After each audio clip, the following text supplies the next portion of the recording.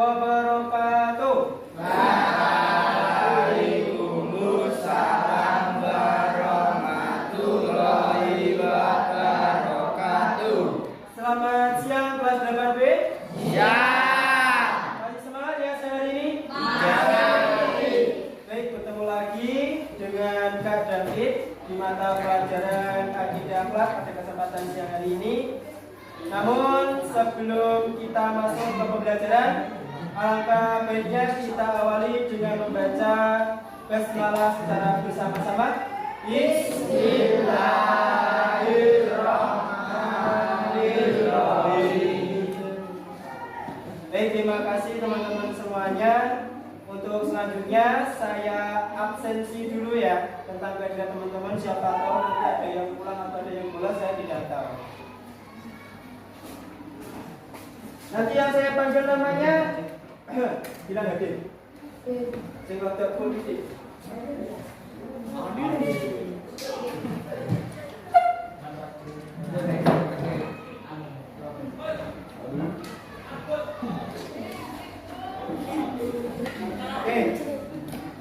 Al-Ghazali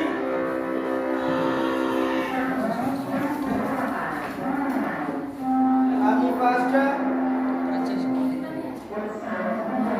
Indonesia Nana Ayu Nalim hadir.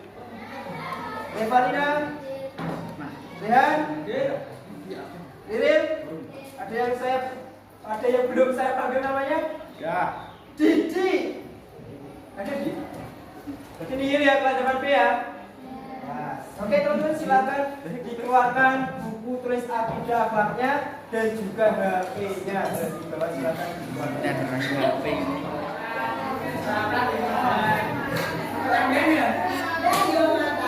Oke, baik teman-teman. Kemarin kita sudah belajar tentang beriman kepada kitab-kitab Allah. Sekarang Kak David ingin bertanya, beriman kepada kitab Allah itu rukun iman yang keberapa? Yo, rukun iman yang keberapa beriman kepada kitab-kitab Allah? Yang pertama iman kepada Allah. Yang kedua iman kepada malaikat. Yang ketiga iman kepada surga. Ayo, kita dulu pada dulu. Kitab. Yang keempat iman kepada Nabi dan Rasul. Yang kelima iman kepada hari kiamat. Yang keenam iman kepada qadar dan ini. Keberapa tadi? Ketiga. Pak, beriman kepada kitabku artinya apa? Berarti kan Pak ya. Beriman kepada kitab-kitab Allah berarti meyakini dengan seluruh hati bahwa Allah telah memberikan kitab-kitabnya kepada para rasul sebagai pedoman hidup bagi umat manusia agar mereka dapat membedakan antara kebenaran dan kesesatan.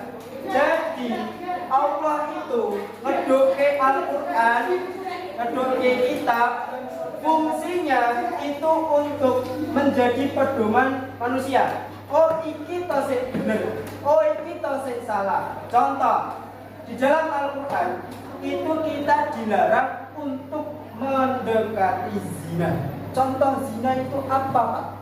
Pacaran, minum khamr, itu termasuk mendekati zina dan tidak boleh di dalam Al-Quran ya. Itu pedoman hidup. Kalau kita itu sudah paham dengan isi Quran, oh nek Quran itu oleh mabuk misalnya, nek Quran itu oleh pacaran, itu berarti hidup kita sudah benar, sudah benar, tidak tersesat. Bisa dipahami? Nah, tadi kita belajar rukun iman kan? Di sini sudah dijelaskan rukun iman yang keberapa Wan? Rukun iman keberapa? Kedua. Ketiga. Bagus, Rehan Rianika. Tepuk tangan untuk Rehan Rianika.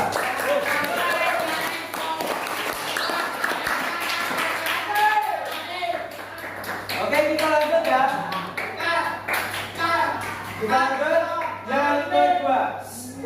juga sudah dijelaskan ya tentang nama-nama kitab beserta rasul penerimanya. Perhatikan, ini penting. Jangan sampai besok ujian masih ada yang salah. Apalagi salah pas bagian ini. Saya nggak mau. Ya, saya nggak mau. Yang pertama, ada kitab Taurat. Rasul penerimanya siapa? Nabi Musa. Kepada umat Bani Israil. Yang kedua, Zabur. Kepada Nabi Daud. Kepada umat penerimanya. Ketiga, Injil. Penerimanya Nabi Isa. Umatnya Bani Israil. Yang terakhir, Al-Quran. Nama penerimanya Nabi Muhammad Sallallahu Alaihi Wasallam. Ditujukan kepada umat manusia semuanya. Pak, berarti semuanya, nggak yang agama Islam? Ya, semuanya. Termasuk Hindu, Buddha, Kristen, dan lain sebagainya. Semua itu dapat dari Al-Quran. Bahkan ada teman-teman tahu yang baru Bobon Santosa tahu? Yang masak biasanya buat video. Itu masuk Islam gara-gara mempelajari Al-Quran. Padahal awalnya Bobon itu orang Kristen atau ya. Tapi beliau itu masuk Islam gara-gara mempelajari Al-Quran. Karena jelas, maksudnya jelas itu contoh seperti halnya mukjizat Nabi Muhammad ya, yang membelah bulan. NASA itu pernah meneliti bulan. Ternyata di bulan itu memang pernah ada patahan bulan itu tandanya di sebelah. Jadi itu salah satu mukjizat di dalam Al-Quran. Dan isi Al-Quran yang kalian bawahi, contohnya, sila. Ini teman-teman, ini tidak sama sekali berubah dari ribuan tahun yang lalu. Isinya tidak pernah berubah sampai nanti hari kiamat. Besok kiamat, maaf ya, maaf saya gosong seperti ini. Besok ketika kiamat, tanda-tandanya itu tulisan Arab di dalam Quran kalian yang di rumah itu tiba-tiba hilang, kosong di Quran. Kau buka Quran isinya kosong. Besok itu, ini saya begini. Besok itu hilang. Kalian baca Quran tuh nggak ada isi. Kalau sekarang masih kok, berarti orang kiamat atau kiamat dahulu. Tapi besok mereka wis mabut, besok Jawa nih udah hampir hilang. Nggak ada, kosong, kayak kertas kosong. Seperti itu tanda-tanda. Itu salah satu keajaiban Al-Quran. Oke, kita lanjutkan. Nah ini ya, sudah ada. Kemudian hikmah, pasti sudah kalian tulis sekali, ya, karena saya sudah mengatakan ini. Hikmah beriman kepada kitab-kitab Allah. Yang pertama, dapat meningkatkan keimanan dan ketakwaan kepada Allah. Wong sing seneng maca Quran, wong sing beriman kepada kitab iki biasanya takwane nambah. Biasanya luwih seneng karo hal sing apik. Problem itu gangguan sekarang. Yang kedua, menumbuhkan rasa syukur. Yang menumbuhkan rasa syukur. Alhamdulillah isi dinei urip. Karena Allah memberikan pedoman agar manusia tidak tersesat. Coba bayangkan kita tidak pernah bersyukur. Mohon maaf, misalkan saya ini punya wajah jelek, ya raiku alam menyo. Kira kaya koncoku insecure aku. Tapi kita harus selama ini bersyukur, butuh bersyukur. Ya, alhamdulillah sanggae wong loro golongane wae. Mripatku yo loro, tanganku loro, duwe rambut, duwe alis, duwe janggut, komplit. Ada teman kita itu yang mohon maaf ya, kadang keluar gak ada tangannya, keluar gak ada tangannya. Masih kita syukuri. Bahkan ada teman kita, mohon maaf, itu punya penyakit yang dia itu gak punya rambut, sampai tua gak punya rambut. Makanya kayak do bersyukur, do duwe rambut.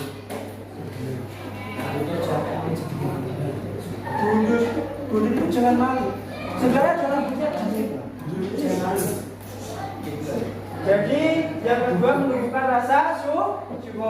Yang ketiga, menumbuhkan semangat belajar dan mengamalkan isi Al-Quran. Nah, gue senang Al-Quran. Kalian dalamnya itu ada. Kalau kalian sedang susah, galau, ingin mengakhiri hidup misalnya, juga pengen yang istiadatnya, wah saya tuh sampai dengan kehidupan. Ingatlah bahwa di setiap kesulitan pasti ada kemudahan. Fa inna ma'al usri yusra, inna ma'al usri yusra. Sesungguhnya di dalam kesulitan ada kemudahan. Seperti itu. Jangan pernah menyerah, apalagi sampai maaf punya pikiran. Yang keempat, menumbuhkan rasa hormat kepada para rasul yang membawa wahyu Allah. Keempat tadi, kita skip berdoa. Sopo wae. Tadi Nabi siapa aja yang menerima kitab Taurat? Nabi Musa atau Daud? Ayo, di buku kalian. Musa. Zabur Nabi, Injil Nabi, Al-Quran Nabi, Awanta. Taurat Nabi, Zabur Nabi, Daud. Injil Nabi, Al-Quran. Tepuk tangan untuk masalah. Jadi kita harus respect kepada empat nabi. Ya, empat nabi itu telah membawa kitab yang sangat-sangat penting bagi kita. Ya, yang terakhir, menjadi pedoman moral dan etika dalam menjalani kehidupan sehari-hari. Cah, adik-adikku semuanya, wong sing wis sinau Al-Quran, ya, yang dia mempelajarinya dengan penuh keyakinan dan penuh dengan rasa ikhlas, terus seperti teman-teman saya yang mohon maaf yang mondok seperti itu ketika berbicara tentang moral ini, mantap. Ketika lewat di banyak orang di langkung, ya mbak, sekarang ngono mbak, moralnya itu jadi, etikanya jadi unggah-ungguh. Karena apa? Di dalam Al-Quran memang dijelaskan tentang rasa hormat, rasa patuh, rasa unggah-ungguh, sikap sopan santun pada sesama. Itu yang ditanamkan di dalam Al-Quran. Bisa dilanjut?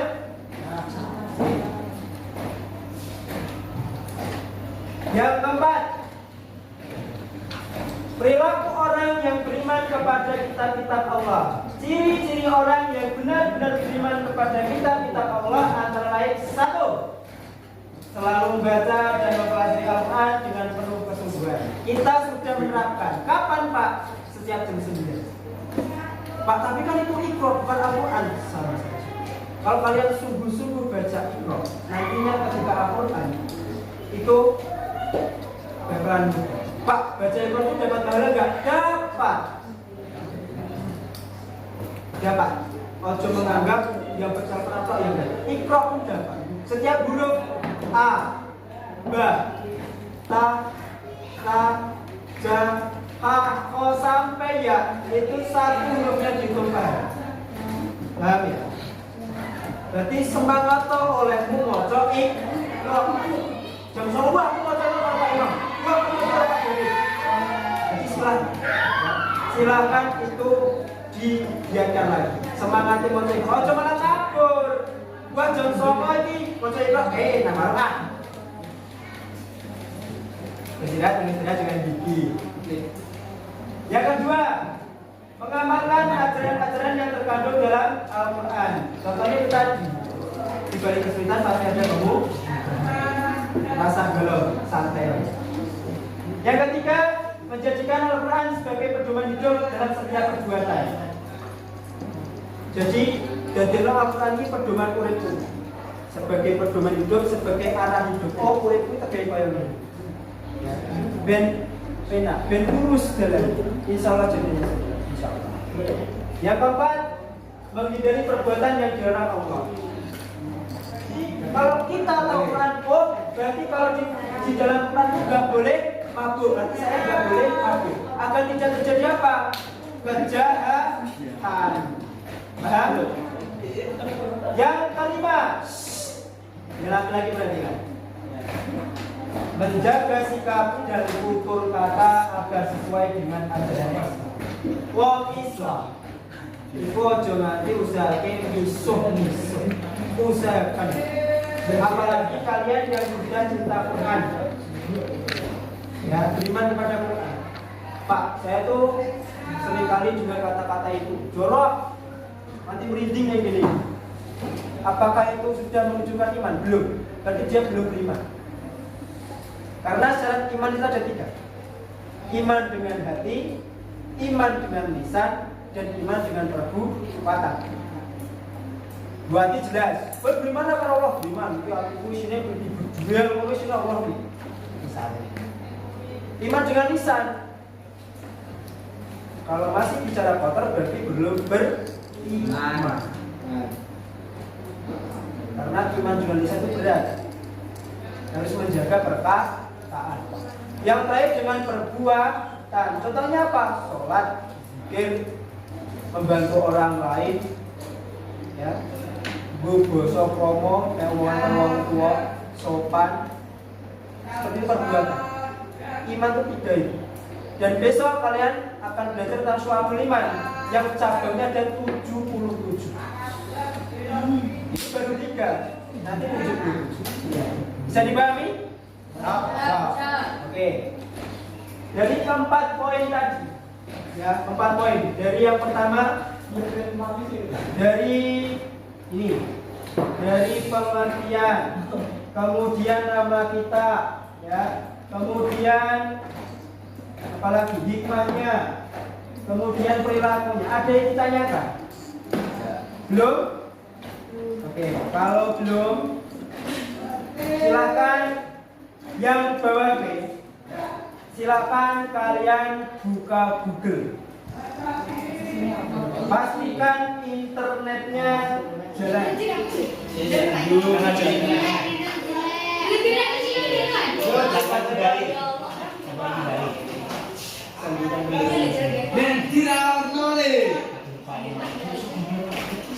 Oke, adik-adik kelas 8B yang kakak banggakan, hari ini kita sudah belajar tentang beriman kepada kitab-kitab Allah Subhanahu wa Ta'ala.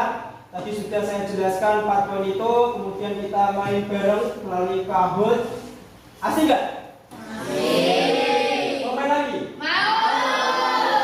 Oke, kita minggu depan insya Allah saya usahakan. Gitu ya. Kemudian ingat-ingat ya kitab-kitab yang kita pelajari, dampak kitab beserta Nabi menerimanya. Besok di ujian itu yang keluar itu teman-teman. Jadi jangan sampai ada yang salah. Kalau ada yang ditanyakan, silakan ditanyakan. Bisa dipahami? Oke, kalau bisa, karena jam Kak David sudah habis, sudah menunjukkan pukul 2, mari kita berdoa. Terima kasih atas waktunya Kak Zaman B. Kita berdoa pulang. Silakan ketua kelas dipimpin doa. Ya. Sambil azan. Ketuanya sudah pulang. Oke, berarti saya aja yang berdoa. Dengan sikap sempurna berdoa mulai.